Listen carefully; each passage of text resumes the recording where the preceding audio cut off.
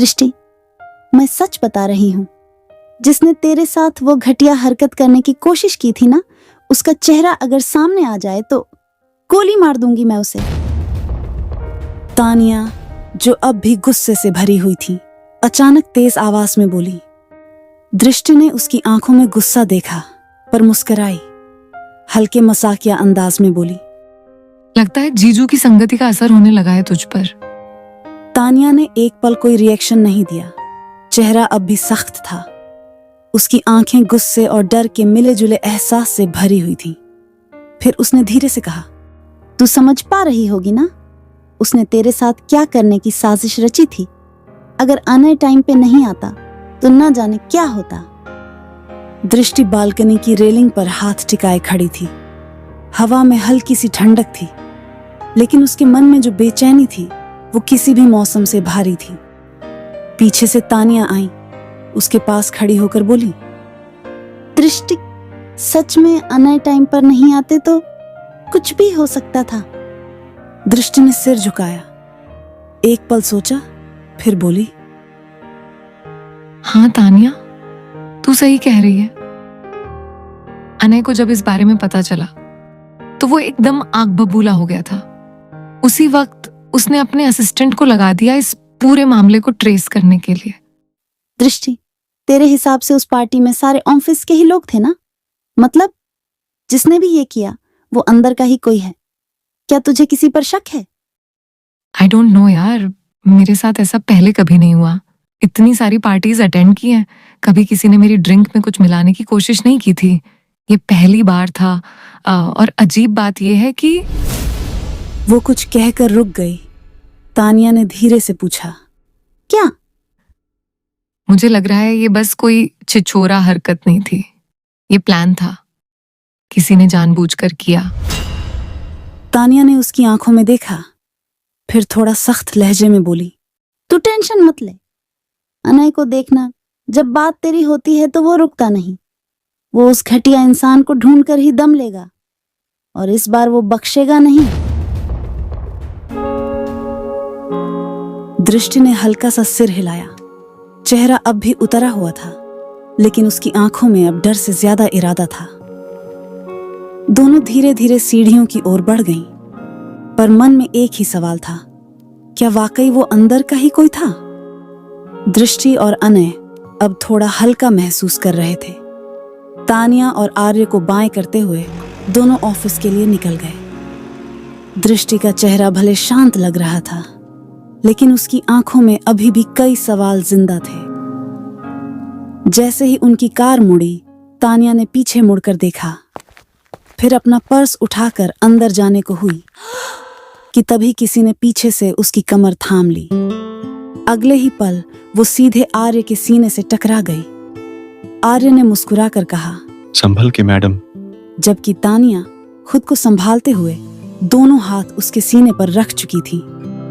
आर्य ने उसकी खुली कमर को अपने दोनों हाथों से कसकर पकड़ लिया और उसके चेहरे के बेहद पास आकर हल्के से उसकी गालों पर अपनी नाक रगड़ दी। तानिया ने उसे बड़ी बड़ी आंखों से देखते हुए पूछा, आर्य, आर्य, ये क्या कर रहे हो आप? आर्य ने आंखें बंद कर लीं, जैसे कोई मीठी सांस भर रहा हो। फिर धीरे से बोला, आई थिंक मैं अपनी वाइफी के साथ थोड़ा रोमांस कर रहा हूँ। तानिया ने उसकी तरफ घूरते हुए कहा, वो तो मुझे भी दिख रहा है, छोड़िए मुझे, यहाँ कोई आ गया तो मुझे एम्बैरेस होना पड़ेगा। आर्य ने मजाकिया अंदाज में सिर झुकाया और धीमे से फुसफुसाया, I think you are right. Wifey, ये जगह सही नहीं है। तानिया ने राहत की सांस ली और मुस्कुराते हुए सिर हिलाया ही था कि अचानक आर्य ने उसकी उम्मीदों पर पानी फेरते हुए उसे झटके से गोद में उठा लिया। तानिया अब उसके कंधे पर मुक्के मार रही थी। आर्य, आर्य, क्या कर रहे हो? अब जहां प्राइवेसी मिले वहीं तो जगह सही है ना वाइफी। आर्य ने आंख मारी और सीढ़ियां चढ़ता चला गया, सीधे अपने कमरे की ओर। तानिया अपनी पूरी ताकत लगा रही थी, लेकिन आर्य की मस्कुलर बॉडी के सामने उसकी छोटी सी कोशिशें पूरी तरह से बेकार हो रही थीं। वो छूटने के लिए हाथ पांव मारती रही, लेकिन आर्य ने उसे अपनी बाहों में पूरी तरह जकड़ रखा था। छोड़ो मुझे, आप पागल हैं, छोड़िए मुझे, कोई देख लेगा। कोई देख लेगा तो देखने दो। मैंने किसी और की बीवी को थोड़ी ना पकड़ रखा है। मैं तो अपनी बीवी के साथ ही रोमांस कर रहा हूँ, तो भला मैं क्यों डरूं? फिर अचानक आर्य ने उसे अपने कमरे में घसीट लिया और दरवाजा बंद कर दिया।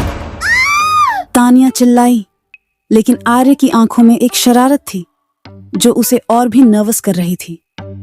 वो धीरे धीरे उसकी तरफ बढ़ने लगा। तानिया घबराई हुई बोली, आर्य, आर्य, क्या कर रहे हैं आप आर्य? लेकिन आर्य उसकी तरफ बढ़ता ही गया। आर्य, आप ठीक नहीं कर रहे हैं। आर्य का चेहरा एकदम नजदीक था। उसकी आंखें गहरी और शरारत भरी थीं। आर्य ने धीरे से उसके गुलाबी होंठों को अपनी अंगूठे से सहलाते हुए कहा, क्या ठीक नहीं कर रहा हूँ वाइफी? तानिया की धड़कनें तेज हो गईं और आर्य ने उसकी रज्जामंदी के बिना ही उसके होंठों को छुआ। तानिया की सांसें कुछ पल के लिए थम गईं। तानिया ने उसे अपने से दूर करने की कोशिश की और घबराते हुए बोली, आर्य, आप ऑफिस के लिए लेट हो रहे होंगे। आर्य ने तानिया की सारी दलीलों को नजरअंदाज करते हुए मुस्कुराते हुए कहा, नहीं तो इनफैक्ट अभी तो मेरे पास ऑफिस जाने के लिए काफी टाइम है। इतने में तो हम एक राउंड आराम से कंप्लीट कर सकते हैं। तानिया पूरी तरह से समझ चुकी थी कि आर्य किस बारे में बात कर रहा था, लेकिन वो खुद को और आर्य को बीच में कुछ दूरी बनाए रखने की पूरी कोशिश कर रही थी। उसने अपने दोनों हाथों से आर्य और खुद के बीच की जगह को बनाने की कोशिश की, लेकिन आर्य ने उसकी सारी कोशिशें एक पल में नाकाम कर दी। तानिया तो बस आर्य को देखती ही रह गई। वहीं दूसरी तरफ जीविका अपने बेडरूम में बैठी हुई अपकमिंग इंटर्नशिप के बारे में सोच रही थी। वो अपने फाइनल ईयर के ग्रेजुएशन की तैयारी कर रही थी और इस साल उसे किसी कंपनी से इंटर्नशिप करना जरूरी था। वो इस सवाल में खोई हुई थी कि ये इंटर्नशिप कहाँ से शुरू करेगी। एक दोस्त ने उसे ओबरॉय एम्पायर में इंटर्नशिप के लिए इंटरव्यू देने का सुझाव दिया था। वो जानती थी कि ओबरॉय एम्पायर एक बहुत बड़ी और जानी मानी कंपनी है। अगर वो इस कंपनी में सिलेक्ट हो गई तो उसे बहुत अच्छा काम करने का अनुभव मिलेगा। ये तो सही मौका होगा। वो खुद से बड़बड़ाई और उसके चेहरे पर हल्की सी मुस्कान आई। वो इस इंटर्नशिप के बारे में और ज्यादा सोचने लगी। इधर तानिया जान चुकी थी कि आर्य अब नहीं रुकने वाला, इसीलिए उसने अपनी आंखें जोर से बंद कर ली। लेकिन तभी दरवाजे पर एक दस्तक हुई। आर्य का तो जैसे मूड ही खराब हो गया। उसने झट से दरवाजा खोला, लेकिन सामने वेद को देखकर आर्य का गुस्सा एक पल में गायब हो गया। वेद ने आर्य को देखते ही बोला, डैडी, मेरी बेबी प्रिंसेस कब आएगी? आर्य ने तानिया की तरफ देखा और कहा, बेटा, हम दोनों बस उसी की तैयारी कर रहे थे। ये सुनते ही तानिया गुस्से में आई और आर्य को मरते हुए दरवाजे से दूर कर दिया। फिर वेद को अपनी गोद में उठाया और उसे चूमते हुए बोली, बेबी, तुम्हें जो भी मिलेगा, प्रिंस या प्रिंसेस, बहुत प्यारा होगा। बस थोड़ा सब्र रखना होगा, हाँ? वेद ने धीरे से मम्मा की तरफ देखा और बस हल्की सी मुस्कान दी। उसकी चुप्पी में भी जैसे पूरी बात कह दी गई थी। आर्य और तानिया दोनों उसकी उस मासूम मुस्कान को देखकर एक दूसरे की तरफ देखकर मुस्कुरा दिए। ये छोटा सा पल उनकी दुनिया में सबसे कीमती था। वेद अपने मॉम डैड की गोद से धीरे से फिसल कर नीचे उतरा और फुदकते हुए दरवाजे की तरफ बढ़ गया। तानिया मुस्कुराती हुई अपने बेबी को जाते हुए देख रही थी। उसकी मासूम चाल में जैसे उसकी सुबह की सारी थकान खो गई थी। तभी उसे अपने कंधे पर किसी की हल्की गर्म सांसें महसूस हुईं। आर्य उसके पीछे आ खड़ा हुआ था और उसकी खुली कमर पर अपनी उंगलियों से हल्के हल्के गोल घुमाते हुए कुछ सोचने लगा। तानिया ने हल्के से उसकी उंगलियों को हटाते हुए नाराजगी भरे अंदाज में कहा, आर्य, अब बस कीजिए, बहुत हो गया। प्लीज अब ऑफिस के लिए निकलिए। आर्य, अब भला करता भी क्या? तानिया को दोबारा छेड़ना मतलब तानिया को बहुत ज्यादा गुस्सा दिलाने जैसा था। लेकिन फिर भी आर्य ने जाते जाते तानिया के कान के पास झुककर उसकी सांसों में सांसें मिलाते हुए धीमे से फुसफुसाया, We'll continue at night, wifey.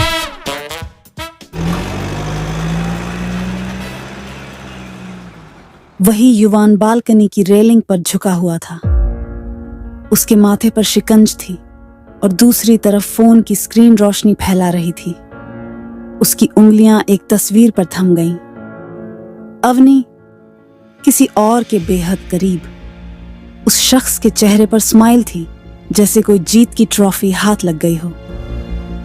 उसी वक्त जब अवनी ने युवान से कहा था, मुझे अब सिर्फ आर्य से फर्क पड़ता है और किसी से नहीं, युवान की आंखों में ना गुस्सा था ना आंसू, बस एक चुप्पी थी, बहुत भारी, बहुत गहरी। उसने फोन को ऑफ किया, अपनी कुर्सी से उठते हुए बुदबुदाया, क्या वाकई वो बदल गई है या ये सब बस एक नए खेल की शुरुआत है? हवा और भी सर्द हो गई थी और दिल और भी खाली।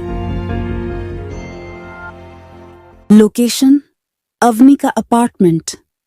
बीती रात का दूसरा पहर। चांद की हल्की रोशनी में सिगरेट का धुआं हवा में घुल रहा था। अवनी बालकनी की रेलिंग पर टिककर दूर अंधेरे में कुछ खोज रही थी, जैसे अतीत का कोई अधूरा हिस्सा वहीं छिपा हो। पीछे नकुल आकर खड़ा हुआ, हाथ में विस्की का ग्लास, चेहरे पर चिंता की लकीरें थीं। उसने घबराते हुए अवनी से बोला, आर्य सिंघानिया से खेलने का मतलब जानती है तू? वो सिर्फ एक बिजनेस टाइकून नहीं है अवनी, वो अंडरवर्ल्ड का वो नाम है जिसकी एक नजर जिंदगी भी छीन सकती है। अवनी हौले से मुस्कुराई। उसके लब्बों पर एक ऐसी ठंडी मुस्कान थी जो जले हुए अरमानों की राख से पैदा होती है। उसने अपनी आंखें सिकोड़ते हुए नकुल से कहा, और उसने क्या किया था जब मुझे छोड़ा था नकुल? उसकी दुनिया में मेरी कोई जगह नहीं थी। अब मैं उसी दुनिया का हिस्सा बनकर उसे उसकी दुनिया से बाहर निकालूंगी। नकुल ग्लास टेबल पर पटकते हुए बोला, पागल मत बन, युवान उसकी जान है, उसका छोटा भाई। तुझे नहीं पता, अगर उसे जरा भी भनक लगी कि तू युवान को मोहरा बना रही है तो वो। अवनी बीच में उसकी बात को काटते हुए बोली, तो क्या कर लेगा आर्य? जान से मार देगा मुझे, मार डाले, लेकिन उससे पहले मैं उसे सब कुछ छीन लूंगी। उसका चैन, उसका सुकून, उसका विश्वास और सबसे कीमती उसका भाई। वो पीछे मुड़ी और नकुल की आंखों में झांकते हुए धीरे लेकिन ठोस शब्दों में बोली, युवान मासूम है, पर उसमें वही प्यार है जो कभी आर्य में था। मैं उस प्यार को इस्तेमाल करूंगी, उसका दिल जीतूंगी, और जब वक्त आएगा मैं उसे उसके ही भाई के खिलाफ मोहरा बनाऊंगी। नकुल ये सुनकर चौंक गया और घबराते हुए बोला, तू ये सब छोड़ क्यों नहीं देती अवनी? तू जानती है आर्य की नजरों में आने का मतलब अपनी मौत को न्योता देना है। अवनी अपने चेहरे पर एक ठंडी मुस्कान के साथ बोली, मौत से नहीं डरती मैं नकुल, पर उस औरत से जरूर डरती हूं जो रोज आईने में मुझे देखती है, जिसे आर्य ने अधूरा छोड़ दिया था। वो मुझे चीख चीख कर एक ही सवाल बार बार पूछती है कि तू कौन है?